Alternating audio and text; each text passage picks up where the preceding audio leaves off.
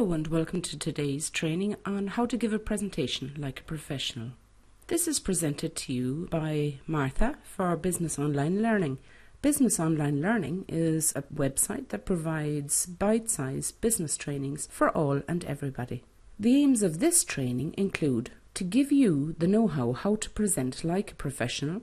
Secondly, to give you the confidence to get it right first time, and then to help you to upskill with this most important management ability. We have structured our training in the following manner. First of all, we'll give you advice and tips how to prepare to present. Then we go through content preparation. Then we look at the topic of who will you be presenting to. Then getting your structure right. A larger section then with 20 tips on giving your presentation, and then we'll do our wrap up. So let's start. Prepare. What should I know before beginning to create my slides? And here I have a question for you. Where do you think that every presentation should start? Correct, with your objective. What is my presentation objective? What are the points then that the listeners should take away with them? And what exactly would mean that this presentation has been a success?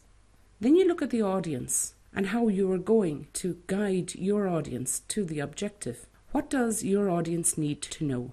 What previous knowledge or experience does this audience have? And how much time do you have to present? These are the key points that you have to reflect in the objective you're determining. And here are a few points on the content preparation. Thorough preparation of your content is vital.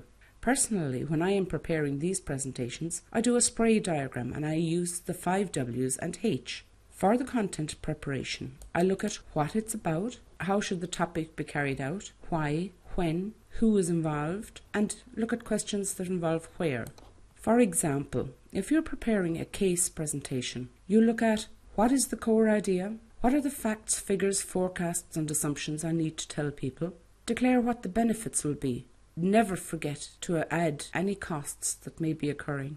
I look at the how. How should this take place? I look at the alternatives and see are they evaluated and what were the results.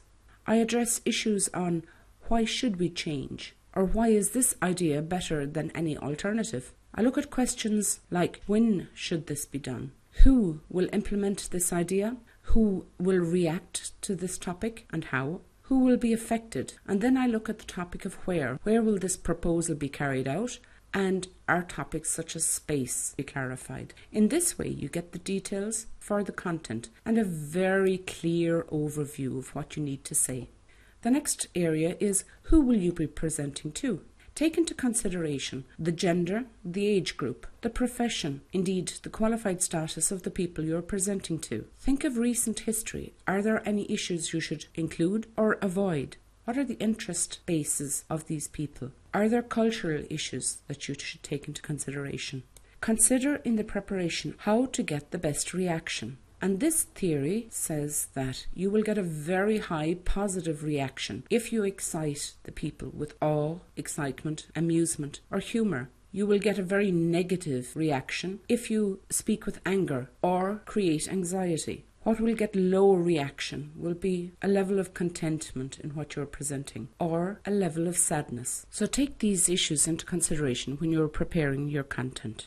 Next we'll move on to getting your structure right.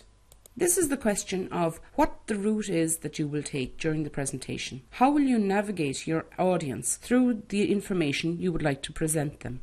First of all, what do you want the audience to know? What is the most important thing you want to achieve? And then, what should the audience take away from your presentation? You structure your presentation in 3 main steps. You produce your introduction, your main body, and you finalize with your conclusion.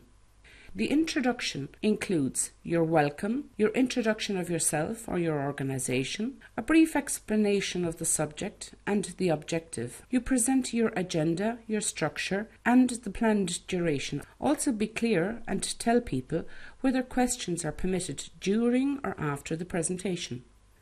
When you are in the main body of your presentation, this is where you present the argumentation that you are providing on the central theme. Alternatively, a structure can be permanently visible with the marker and the current position. The conclusion. This is your finale. Just make it grand. Make it a mini version of the whole presentation. Restate the key points the benefits which are the most important for your audience, and your objective. And finalize by stating your most wanted response. What would you like the audience to do now? Also, prepare a sketch of what you want to say. This will be very handy if you forget what you're saying in the middle of the presentation. In general, use slides in the landscape format. Provide your slides with a title and a subject of the presentation. Have a maximum number of slides. It takes 5 minutes per slide typically. Give your heading, and remember, less information per slide is better. Have an absolute maximum of 7 points and do not overload the slides. Be careful when you're selecting your colours. Less is sometimes more. Choose your colours or your colour combinations carefully. Limit the colours you use down to about 3 colours. Use an easy, legible font and an appropriate size. I have used Calibri 36 for this presentation. Use as few fonts and colours as possible. Use uppercase and lowercase text, and limit the amount of text and content. Visualizations, graphics and images are extremely important for your presentation. They are used for clarification and to enable visualization of what you're actually saying. They're usually far easier to remember and can be used to lighten what you're telling people.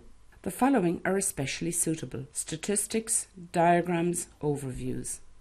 Once you have put your content together, do a practice run and put yourself in the position of the audience. Consider what they would like to see and don't bore them with information that belongs to the subject but nobody really wants to hear. So here are 20 tips on giving your presentation. On the big day, dress according to the audience expectations. Arrive early and check that all equipment is functioning. Have a glass of water at hand and, most importantly, have your plan B clear in your head. What's a plan B? The plan B is to address what possibly could go wrong during this presentation and have your plan B, what to do if it does happen. For example, people's worst nightmare. The audience starts to laugh when they shouldn't. Well, let them laugh and take a sip of your water. When things have calmed down, continue. Another thing that can go wrong, you forget what you wanted to say. This is where your sketch of points from the content section will come in very useful. Take up your list of key points so that you can get back on track. Or what are you going to do if people leave? Either you ignore them or make a joke about it. Go back to your notes to continue along your navigated route. If your voice starts to quiver from nerves, take your sip of water, take a deep breath and carry on. And do remember that when you sound nervous, you make people more excited. You cause more emotions in your presentation, and it actually can come across a lot better than if you were cool and collected. So don't worry about being nervous. Giving the presentation, always speak to your audience. Remain standing if you can and show authority. Never turn your back to the audience and don't stand in the way of your own presentation.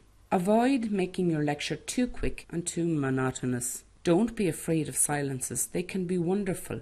And don't, whatever you do, read just from your notes. This can be totally distracting. Speak slowly and clearly. These pauses or these silences will give the audience time to process what you have just said, and it gives you time to collect your thoughts.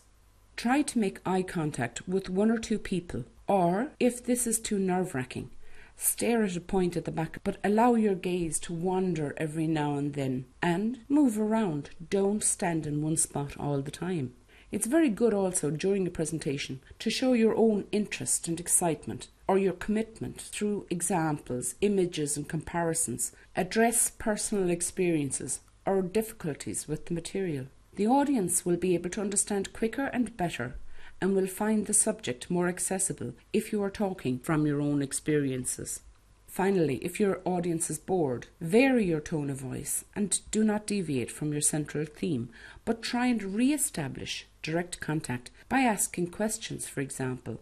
So finally, to wrap it up, preparation of a good presentation involves knowing your objective, your audience, your content and your argument. Your structure simply requires a good introduction, a clear main body, and your final summary, your grand finale. Please go back over the 20 tips on giving the presentation, as they can be extremely useful. So now we're at the end of the video. We hope you liked it, and you will join us for more. So thank you for taking your time. The best of luck.